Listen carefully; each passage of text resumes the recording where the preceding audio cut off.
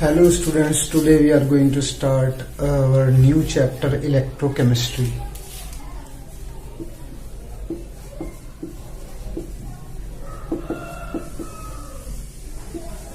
Now what is electrochemistry? Electrochemistry is the branch of science which deals with the electrons and the chemicals. आप यहाँ पर देख रहे होंगे स्टूडेंट्स कि इलेक्ट्रोकेमिस्ट्री जो है वो दो वर्ड से मिलके बना है अपने electro and chemistry. Electro means electricity, which deals with electrons. Chemistry deals with chemicals. Or we can say chemicals. What chemicals do? Chemicals always do reactions. तो इसमें स्टूडेंट्स फिजिकली, क्योंकि ये फिजिकल केमिस्ट्री का एक चैप्टर है या unit है जिसमें हम फिजिकली इलेक्ट्रोकेमिस्ट्री को स्टडी करेंगे. केमिकल्स, इसके अंदर मेनली हम सेल्स की फॉर्म में इलेक्ट्रोकेमिस्ट्री जो है बेसिकली वो दो सेल्स की फॉर्म में हम इसको स्टडी करने जा रहे हैं. इलेक्ट्रिसिटी बनी होती है इलेक्ट्रॉन से. केमिकल केमिस्ट्री जो है वो केमिकल्स की है और केमिकल्स क्या करते हैं, रिएक्शंस करते हैं. तो इसमें कहीं ना कहीं इलेक्ट्रोकेमिस्ट्री में ये ब्रांच है साइंस की जिसमें ये दो टर्म हम बहुत ज्यादा इस्तेमाल करने वाले हैं और इनके बारे में हमें इन दोनों का जो एक दूसरे से क्या रिलेशन है, क्या ये कर सकते हैं एक दूसरे के साथ, वो हम इसमें पढ़ेंगे. इलेक्ट्रिसिटी और केमिकल सेक्शन, यानी कि मुझे कुछ कुछ इसमें ऐसा लग रहा है कि हम इलेक्ट्रिसिटी की हेल्प से केमिकल रिएक्शंस को करवाएंगे. और किन केमिकल रिएक्शंस को हम करवाते हैं, जिनका डेल्टा जी नेगेटिव होता है. और डेल्टा जी नेगेटिव जिनका होता है वो क्या होता है, नॉन स्पॉन्टेनियस रिएक्शंस, मतलब वो खुद से नहीं होते. ठीक है. और जिनका डेल्टा जी पॉजिटिव होता है वो रिएक्शन क्या होते हैं, स्पॉन्टेनियस होते हैं, वो खुद ब खुद होते रहते हैं. मतलब उनके लिए कोई चीज बार बार हमें डालनी नहीं पड़ती, मतलब बार बार उनको इनिशिएट नहीं करना पड़ता, बस एक बार हमने उनको स्टार्ट कर दिया. जैसे अगर हम एक पेपर में आग लगा दें स्टूडेंट्स तो वो जलता ही चला जाएगा. ऐसा नहीं है कि बार बार उसमें हमें, मतलब ये है कि अगर कंडीशंस को हम डिस्टर्ब ना करें, बस वो ये है कि जलता चला जाएगा, तो एक स्पॉन्टेनियस रिएक्शन हो गया. ओके. बट समथिंग ऐसा होता है कि जैसे मान लिया आपको NaCl है, अब ऐसे ही रख के हम चाहें कि NaCl में से Na सोडियम को हम बाहर निकाल लें तो वो रिएक्शन नॉन स्पॉन्टेनियस है, ऐसा नहीं हो सकता. स्पॉन्टेनिटी को आप ऐसे भी समझ सकते हैं, ये थर्मोडायनेमिक टर्म है. जैसे कि एक ऊपर से झरने से पानी गिर रहा है तो वो खुद ब खुद गिर रहा है, उसे कोई एनर्जी की जरूरत नहीं हो रही, बस ऐसे ही वो गिरे जा रहा है, स्पॉन्टेनियसली गिरे जा रहा है. लेकिन क्या आप दोबारा बिना एनर्जी के उसको कभी आपने झरने से पानी वापस ऊपर चढ़ते हुए देखा है? नहीं, तो वो नॉन स्पॉन्टेनियस है. तो इसी तरह कुछ हम इनको रिएक्शंस को देखेंगे जो केमिकल्स रिएक्शंस नहीं हो रहे, जिनकी डेल्टा जी नेगेटिव है, वो हम इलेक्ट्रोकेमिस्ट्री में इलेक्ट्रिसिटी की हेल्प से उनको करवाएंगे. और कहीं कहीं हम क्या करेंगे कि जिन केमिकल रिएक्शंस का डेल्टा जी पॉजिटिव है, मतलब वो स्पॉन्टेनियस है, वो खुद ब खुद हुए जा रहे हैं रिएक्शंस, उन स्पॉन्टेनियस रिएक्शंस की हेल्प से हम इलेक्ट्रिसिटी को प्रोड्यूस करेंगे.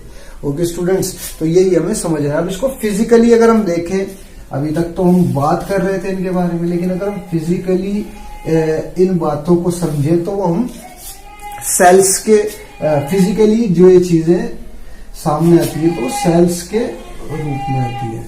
ठीक है. तो सेल्स एक्चुअली में इलेक्ट्रोकेमिस्ट्री में दो प्रकार के हैं जो हम पढ़ने वाले हैं. एक होता है इलेक्ट्रो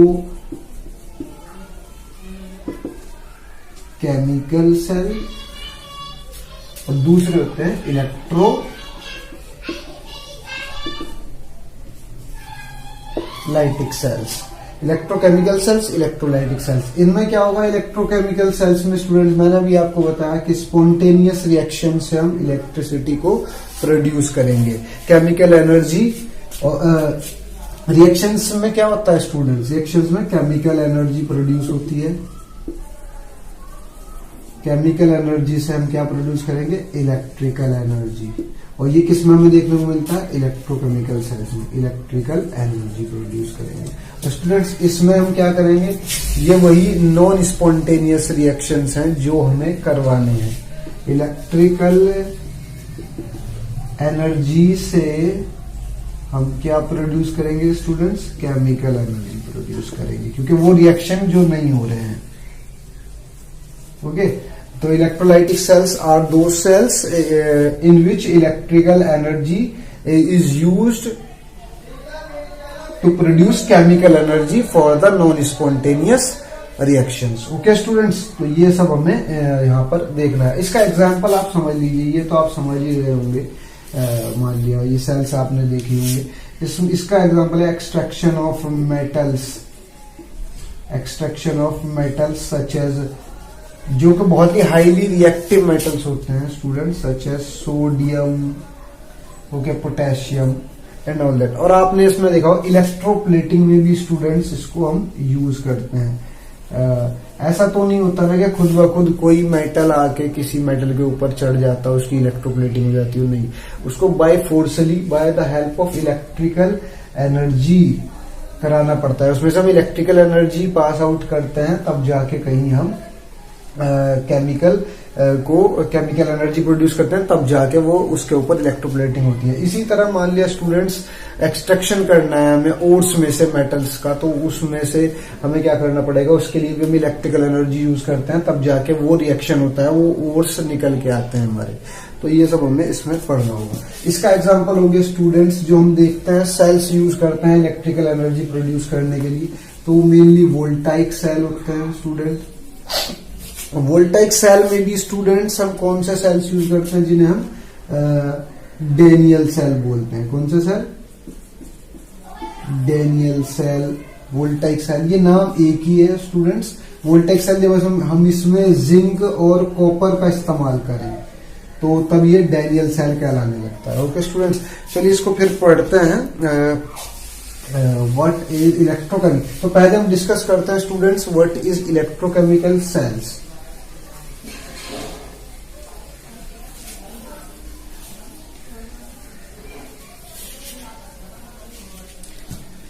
इलेक्ट्रोकेमिकल सेल्स क्या होता है स्टूडेंट्स? हम स्टेप बाय स्टेप्स चीजों को समझेंगे।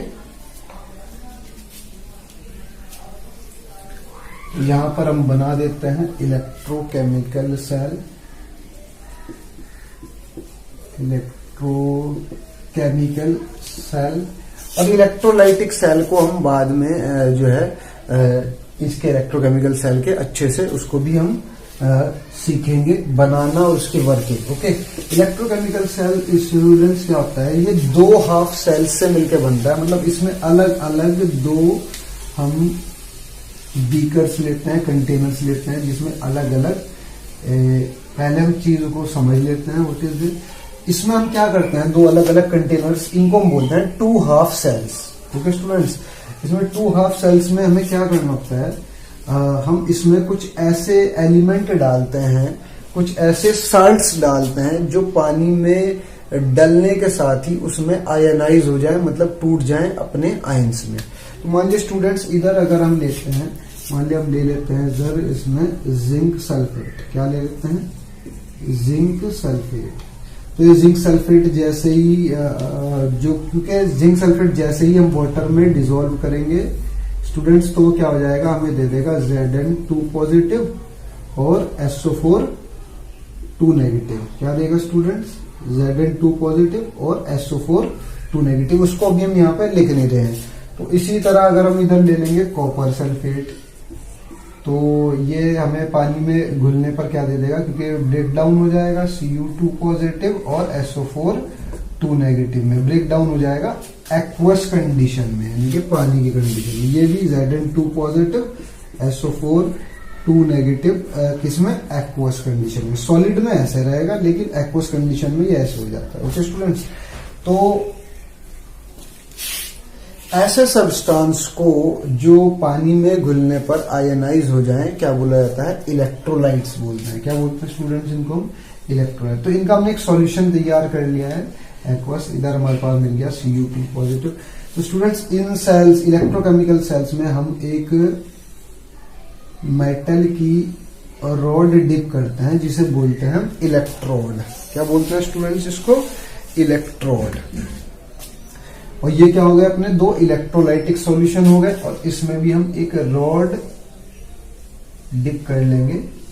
अच्छा, रॉड उसी मेटल की डिप करनी है स्टूडेंट्स मोस्टली इलेक्ट्रोकेमिकल सेल में जिस मेटल का हमने सॉल्ट लिया है, यानी कि जिस मेटल का हमने इलेक्ट्रोलाइटिक सॉल्यूशन बनाया। अब इधर जैसे मान लिया हमने जिंक सल्फेट का बनाया, तो मेटल कौन सा है? जिंक है।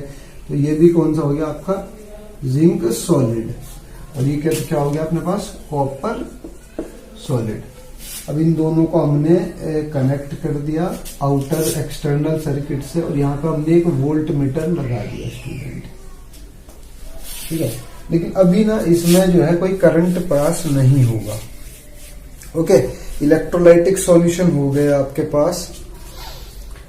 तो ये अपना वोल्ट मीटर लगा दिया, और इलेक्ट्रोलाइटिक सॉल्यूशंस में हमने इलेक्ट्रोड्स को डिप कर रखा है इलेक्ट्रोलाइटिक सॉल्यूशंस में, उन्हीं मेटल्स की साल्ट्स में और उन्हीं मेटल्स की इलेक्ट्रोड्स को। स्टूडेंट्स हमें क्या करना होगा यहाँ पर, अगर हमें यहाँ इलेक्ट्रिसिटी कन्वर्ट करनी है, इलेक्ट्रिसिटी प्रोड्यूस करनी है, तो हमें इन दोनों सेल्स को इंटरनली भी क्या करना होगा? सर्किट को कंप्लीट करना होगा। तो उसके लिए हम एक चीज इस्तेमाल करते हैं जिसे हम बोलते हैं एक यू ट्यूब लाइक स्ट्रक्चर को यहाँ पे हम यूज करते हैं, जिसे हम बोलते हैं साल्ट ब्रिज।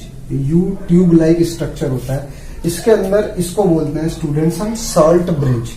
अब इस सॉल्ट ब्रिज में स्टूडेंट्स हम क्या करते हैं कि इसमें एक अगार अगार भर देते हैं। क्या भर देते हैं? अगार अगार भर देते हैं। और इसका हम जो फंक्शन है स्टूडेंट्स को बाद में पढ़ेंगे, फिलहाल हम जो है इसको ऐसे ही समझ लेते हैं। इसके अंदर एक जेली लाइक सब्सटेंस भरा होता है which is made up of agar agar, और उस अगार अगार में भी क्या होता है? एक दूसरी इलेक्ट्रोलाइटिक सॉल्यूशन को मिक्स करके बनाते हैं, जैसे KCl, ठीक है। ये पॉजिटिव Cl नेगेटिव, क्योंकि ये इन दोनों का मिक्सचर जो है वो इसके अंदर भरा है, और फिर इसको हम यहाँ से कॉटन वूल की हेल्प से बंद कर देते हैं स्टूडेंट्स, ठीक है। और इसका काम क्या है वो हम बाद में डिस्कस करेंगे, ओके। बट पहले जो अपना हो गया इलेक्ट्रोकेमिकल सेल की कंस्ट्रक्शन हमने बना ली है। अब अलग अलग चीज को हम यहाँ पर डिस्कस करेंगे स्टूडेंट। सबसे पहले तो ये अपना क्या हो गया? इलेक्ट्रोलाइट। और इलेक्ट्रोलाइटिक सॉल्यूशन वो सॉल्यूशन होता है जो सॉलिड फॉर्म में तो इलेक्ट्रिसिटी कंडक्ट नहीं करता, लेकिन एक्वस फॉर्म में क्योंकि वो आयनाइज हो जाता है, कैटायन और एनायन में क्या हो जाता है? डिस्ट्रीब्यूटेड हो जाता है, और वो अपने अंदर से अलाउ करता है इलेक्ट्रिसिटी को, यानी कि वो क्या होता है? इलेक्ट्रिसिटी कंडक्ट करने के काबिल हो जाता है, इसीलिए इसको इलेक्ट्रोलाइटिक सॉल्यूशन बोलते हैं। इसी तरह ये दोनों अपने पास क्या हो गए? 2 हाफ सेल्स में इलेक्ट्रोलाइटिक सॉल्यूशन हो गए। ये क्या हो गया? इलेक्ट्रोड हो गया which allows the electrons to flow through them, that is called electrode. ये वोल्टमीटर हो गया, और ये साल्ट ब्रिज हो गया। इसका काम क्या है स्टूडेंट्स? इसका काम ये होगा कि जब यहां से, अब देखिए स्टूडेंट, उससे पहले कि हम इसकी फंक्शन समझे कि कैसे हो रहा है यहाँ पर रिएक्शन, तो हमें एक टर्म याद करनी होगी, एक टर्म को दोबारा समझना जो हमने 10th क्लास में पढ़ा था, that is called redox reaction. Redox reaction क्या होता है? 2 वर्ड से मिलकर बनता है, रिडक्शन एंड ऑक्सीडेशन। अब स्टूडेंट्स इस रिडॉक्स रिएक्शन में आपने जानते हो रिडक्शन क्या होता है? Gain of electron. ऑक्सीडेशन क्या होता है? Loss of electron. इसको आप ऐसे ट्रिक से भी याद कर सकते हैं, oil rig, oil. Oxidation involves loss, reduction involves gain. तो इस तरह से आप रिडॉक्स रिएक्शन को याद रखिएगा, ये कॉन्सेप्ट। बस इसमें हमें इलेक्ट्रॉन्स मतलब ऑक्सीडेशन में क्या होगा? इलेक्ट्रॉन्स का लॉस होगा, रिडक्शन में क्या होगा? गेन होगा। ये चीज आपने याद रखनी है स्टूडेंट्स। अब यहीं पर स्टूडेंट्स हम क्या करते हैं? रिएक्शंस इन्वॉल्व क्या हुए हैं? रिएक्शंस उसको हम देख लेते हैं। What are the reactions involve? Reactions involve, reactions involve in cell. क्या रिएक्शन हुआ है? यानी कि हमने इसमें पढ़ा था ना इलेक्ट्रोकेमिकल सेल्स में क्या होता है? केमिकल एनर्जी से केमिकल एनर्जी से हम इलेक्ट्रिकल एनर्जी प्रोड्यूस कर रहे हैं। तो क्या केमिकल रिएक्शन हुए हैं? तो अब इसमें 2 चीज याद रखने वाली है स्टूडेंट्स। एनोड और कैथोड, ये दो इलेक्ट्रोड्स जो हैं वो दो पार्ट में डिवाइड हो जाती हैं, एक एनोड होती है और एक कैथोड होती है। अब इसको हम कैसे डिसाइड करेंगे कि एनोड कौन सी होती है और कैथोड कौन सी होती है? तो उसके लिए भी एक ट्रिक है स्टूडेंट्स, और वो ट्रिक है आपकी, यहाँ पर लिख देते हैं लोन। अगर आप ये याद रखेंगे तो हमेशा से आपको पता चलता रहेगा कि कौन सी एनोड है और कौन सी कैथोड है। तो उसके लिए आप लेफ्ट ऑक्सीडेशन एनोड नेगेटिव। तो हमेशा क्या होगा स्टूडेंट्स के लेफ्ट साइड पर आपका जो भी लेफ्ट हैंड साइड होगा, तो मेरा लेफ्ट हैंड साइड कौन सा बैठ रहा है? ये वाला। तो ये हमेशा क्या होगी? ये हमारी एनोड होगी और ये हमेशा से क्या होगी? नेगेटिवली चार्ज होगी। तो अगर ये एनोड है तो ये क्या होगी अपनी? ये कैथोड होगी और ये पॉजिटिवली चार्ज होगी। और हमने इसमें एक चीज और हमें पता लगी है कि लेफ्ट पे एनोड होती है लेकिन उस पे ऑक्सीडेशन भी होगा और उसका साइन क्या होगा? नेगेटिव होगा। ये चीज हमें याद रखनी है स्टूडेंट्स।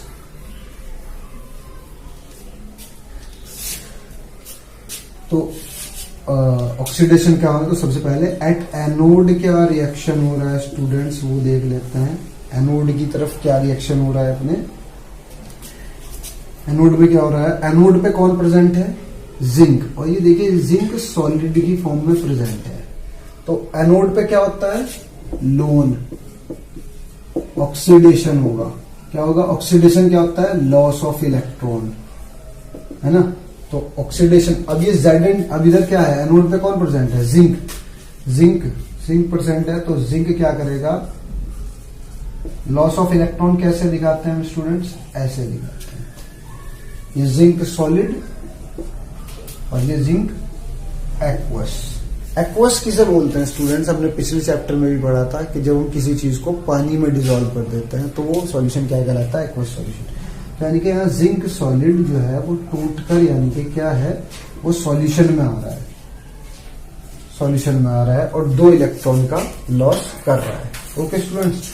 तो इसी तरह at cathode what is happening? Cathode पे कौन प्रेजेंट है? कॉपर सॉलिड की फॉर्म में और Cu2 पॉजिटिव यहाँ पर सॉल्यूशन में प्रेजेंट है। लेकिन Cu, अब कॉपर जब इधर लॉस ऑफ इलेक्ट्रॉन होगा तो इधर क्या हुआ? ऑक्सीडेशन हुआ है। तो इधर क्या होगा? रिडक्शन होगा ऑब्वियसली। तो एट कैथोड पर क्या होगा? तो कैथोड पर क्या होगा? ऑक्सीडेशन होगा। और सॉरी, कैथोड पर क्या होगा? रिडक्शन होगा, यानी कि गेन ऑफ इलेक्ट्रॉन होगा जब इधर लॉस ऑफ इलेक्ट्रॉन हुआ है। Okay student. तो इधर वो Cu2 पॉजिटिव 2 इलेक्ट्रॉन्स को, और सॉरी ये एक्वस जो है इधर उल्टा केस होगा, इधर ऐसा है तो ये इधर उल्टा केस होगा, ये कॉपर सॉलिड बना है, सही है ना। तो इधर क्या हुआ है? रिडक्शन हुआ है, 2 इलेक्ट्रॉन से 2 इलेक्ट्रॉन कैंसिल। तो ओवरऑल रिएक्शन क्या बन जाएगा आपका, वो आपने चेक करना है स्टूडेंट्स, ठीक है। तो यहाँ पर अब ये रिएक्शंस हुए हैं अपने। अब यहाँ पर समझने वाली बात यह है कि जैसे ही ये जिंक टूटकर यहाँ पर ऑक्सीडेशन हुआ, ये जिंक Zn2 पॉजिटिव में कन्वर्ट हुआ और तो 2 इलेक्ट्रॉन्स इसने क्या किए? रिलीज किए। वो 2 इलेक्ट्रॉन्स जो है वो इधर गए और वही लेने के लिए कॉपर 2 पॉजिटिव यहाँ गया और यहीं के यहीं ये क्या हो गया? कॉपर 2 पॉजिटिव ने 2 इलेक्ट्रॉन गेन किए और कॉपर सॉलिड बन गया। तो ये तो स्टूडेंट्स क्या होता चल जाएगा अपना, थोड़ा थिकर होती चली जाएगी। और ये क्योंकि ये इसमें से इसके अंदर टूट रहा है तो ये थोड़ी में थोड़ी देर बाद क्या देखने को मिलेगी कि ये थोड़ी पतली होती जा रही है स्टूडेंट्स। ये ऐसा आपने इसको ध्यान रखना है। और यहाँ पे क्योंकि कॉपर सबमिट होता जाएगा ना सॉलिड वाला, तो अब स्टूडेंट्स इसमें हमने क्या करना है कि ये तो हमने समझ लिया है इसका जो फंक्शनिंग है कि क्या रिएक्शन हुआ है। तो स्टूडेंट्स ये जो केमिकल रिएक्शन हुआ है इससे अपना इलेक्ट्रिसिटी प्रोड्यूस हुई और वो इलेक्ट्रिसिटी जो प्रोड्यूस होगी तो वो यहाँ पर हमें शो करेगी इस वोल्ट मीटर में कि कितने वोल्ट प्रोड्यूस हुए हैं, कितना वोल्ट इलेक्ट्रिसिटी प्रोड्यूस हुआ है अपना। तो इसको हम जो है वो रिप्रेजेंटेशन करते हैं स्टूडेंट्स कि कैसे एक केमिकल इलेक्ट्रोकेमिकल सेल को रिप्रेजेंट कैसे किया जाता है, रिप्रेजेंटेशन ऑफ इलेक्ट्रोकेमिकल सेल। तो रिप्रेजेंटेशन ऑफ इलेक्ट्रोकेमिकल सेल के अंदर इसको हमें सीख लेना है, रिप्रेजेंटेशन ऑफ इलेक्ट्रोकेमिकल सेल। तो स्टूडेंट्स इसमें हमने देखा कि पहले क्या हो रहा है, ऑक्सीडेशन हो रहा है, तो जिंक किसमें कन्वर्ट हो रहा है, जिंक से Zn2 पॉजिटिव में। तो स्टूडेंट इसको हम ऐसे कर देंगे और हम यहाँ पर साइन भी लगा सकते हैं कि भाई जिंक सॉलिड है और यहाँ जिंक एक कंडीशन में है। ओके, फिर उसके बाद क्या हुआ है, बीच में हमारे क्या प्रेजेंट होता है, ये इधर रिएक्शन हो रहा है, फिर बीच में हमारे साल्ट ब्रिज होता है। तो साल्ट ब्रिज को हम ऐसे, ये साल्ट ब्रिज को रिप्रेजेंट करने का तरीका होता है। और ये हमारा कौन सा पार्ट हो गया, एनोड वाला पार्ट हो गया, जिधर क्या हुआ है बेटा, ऑक्सीडेशन हुआ है। ओके, ये सब चीजें नहीं लिखते, बस ये इसको रिप्रेजेंट करने का तरीका होता है। अब इधर क्या हो रहा है स्टूडेंट्स, कॉपर से कॉपर सॉलिड बनना है, कॉपर एक्वस से कॉपर सॉलिड बनना है। तो Cu2 पॉजिटिव एक्वस और फिर इसको ऐसे Cu सॉलिड। ये तरीका हो गया अपना क्या करने का, रिप्रेजेंट करने का इलेक्ट्रोकेमिकल सीरीज को, इलेक्ट्रोकेमिकल सेल को। तो ये हो गया आपका एनोड, इधर की एनोड हाफ, और ये हो गया आपका कैथोड हाफ। इधर क्या हो रहा है, अपने रिडक्शन हो रहा है, कैथोड हाफ। 2 हाफ सेल्स को रिप्रेजेंट कर दिया हमने, एनोड हाफ। तो स्टूडेंट्स आई होप आपको ये चीज समझ में आई होगी ना। अब अलग अलग चीजों को समझते हैं। ये हो गया हमारा रिप्रेजेंटेशन। रिप्रेजेंटेशन के बाद स्टूडेंट्स आई होप आपने बना लिया होगा जैसे मैंने इसमें बनाया था। Okay students, now what is electrode potential. अभी हमने एक चीज आपको जो कुछ टर्म जाननी है आपको, इलेक्ट्रोड पोटेंशियल क्या होता है student, what is electrode potential, इसको लिख लीजिए आप पहले, तभी आप जान पाएंगे कि वो रिएक्शन उसने कैसे इलेक्ट्रिसिटी को प्रोड्यूस किया है। मान लिया अभी हमने एक हाफ सेल ले लेते हैं, ये हमने हाफ सेल लिया था, इसमें हमने एक इलेक्ट्रोलाइट डाला था, जैसे कॉपर 2 पॉजिटिव था, उसमें हमने कॉपर की ही इलेक्ट्रोड को डिप किया था।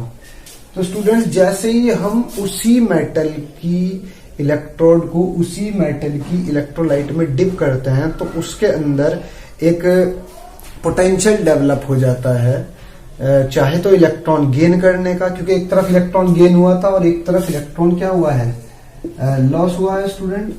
इधर इलेक्ट्रॉन क्या हुआ है, लॉस हुआ है। फिर हमने इनको इसी, या तो उसके अंदर इलेक्ट्रॉन गेन करने की टेंडेंसी प्रोड्यूस हो जाती है या इलेक्ट्रॉन लूज करने की, उसी को बोलते हैं हम इलेक्ट्रोड पोटेंशियल। तो इसको आप लिख लीजिए, पोटेंशियल डिफरेंस बिटवीन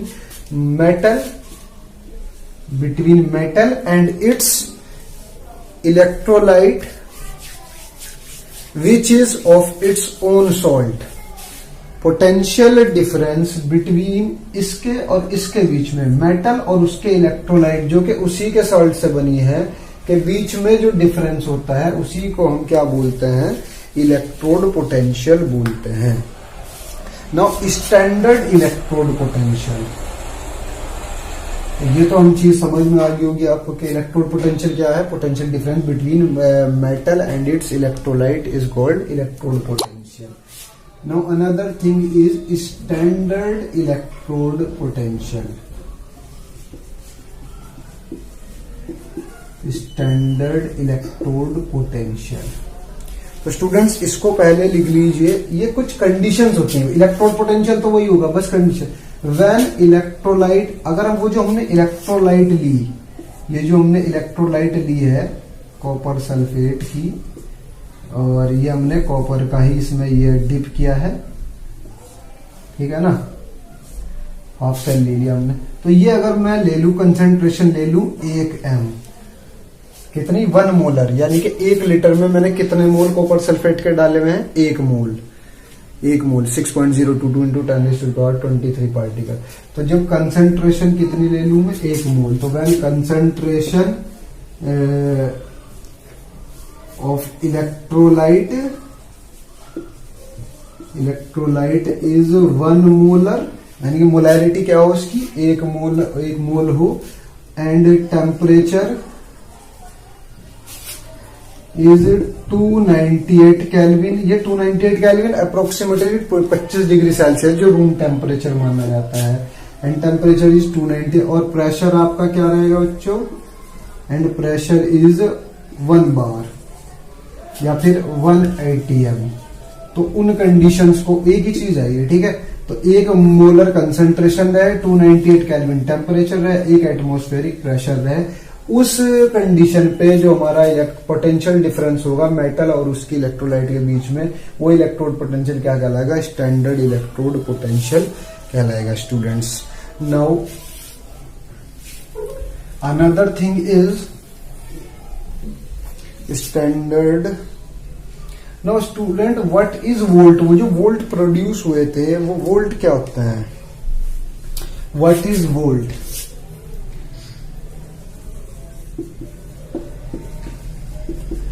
वोल्ट क्या होता है, ईएमएफ क्या होता है, इलेक्ट्रोमोटिव फोर्स क्या होती है, और पोटेंशियल डिफरेंस क्या होता है, what is potential difference.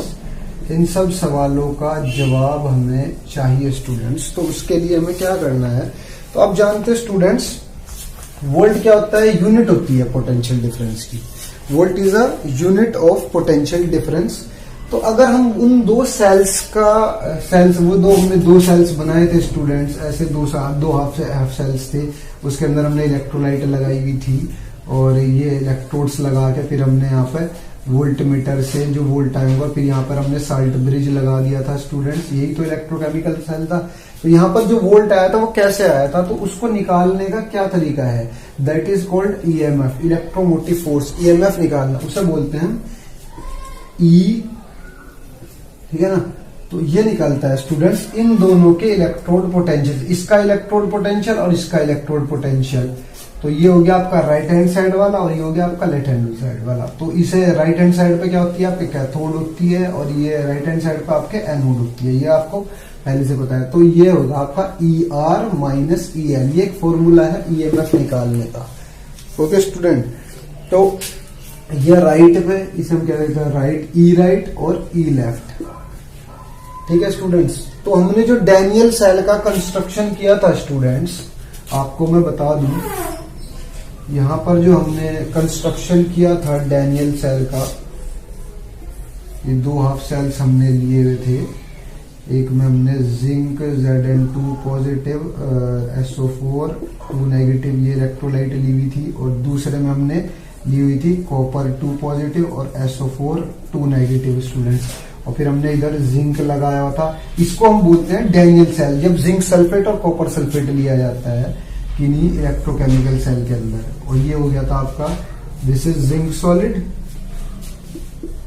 This is copper solid. फिर हमने इसको यहाँ पर वोल्ट मीटर लगा दिया, तो यहाँ कुछ वैल्यू आई होगी स्टूडेंट आफ्टर साल्ट ब्रिज के। तो यहाँ साल्ट ब्रिज लगा दिया था स्टूडेंट्स हमने। ये साल्ट ब्रिज हमने यहाँ पर जब इस्तेमाल किया था, तो अब यहाँ पर क्या हुआ था, यहाँ पर कुछ वैल्यू आई होगी जब ये रिएक्शन हुआ होगा, यहाँ पर रेडॉक्स रिएक्शन हुआ होगा। तो यहाँ पर जो वैल्यू आई थी स्टूडेंट वो आई थी 1.34 वोल्ट। अब ये कैसे आई, ये इस फॉर्मूले से आई थी स्टूडेंट, क्योंकि इधर जो था ये जो वैल्यू आई थी यहाँ पर, ये स्टूडेंट आई थी 1.34 वोल्ट। ओके स्टूडेंट, अब ये कैसे आई, क्योंकि ई राइट की जो वैल्यू थी स्टूडेंट वो 0.34 वोल्ट थी प्लस की, और ये इधर ये तो हुई ई राइट की, और इसकी जो वैल्यू थी दैट इज माइनस, और फॉर्मूला ई लेफ्ट की वैल्यू थी माइनस 0.76 वोल्ट।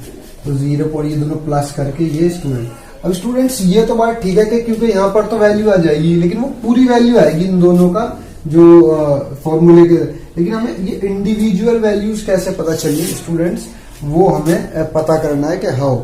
तो इसी तरह स्टूडेंट्स, अब जैसे ये होगी आपकी एक तरह से, अगर इसको हम यहाँ पे ई राइट की जगह में, क्योंकि ये कैथोड है, इधर वाला पार्ट क्या कहलाता है कैथोड, ई कैथोड कह दूं, और स्टूडेंट्स इसको मैं ई एनोड कह दूं, तो आप ये चीज समझ रहे होंगे। और अगर स्टूडेंट मुझे स्टैंडर्ड ईएमएफ लगाना है, तो यहाँ पर स्टैंडर्ड ईएमएफ लगाने, ये तो क्या नॉर्मल ईएमएफ, जब कंसंट्रेशन 1 m नहीं है, टेम्परेचर इतना नहीं है, वो मैं आपको बता चुका हूँ स्टैंडर्ड ईएमएफ क्या होता है। तो अब जो है अगर स्टैंडर्ड मुझे निकालना है तो ई नोड कैथोड, ई node anode students. Okay students, तो इसको हम यहीं पर रोकते हैं फिलहाल वीडियो को।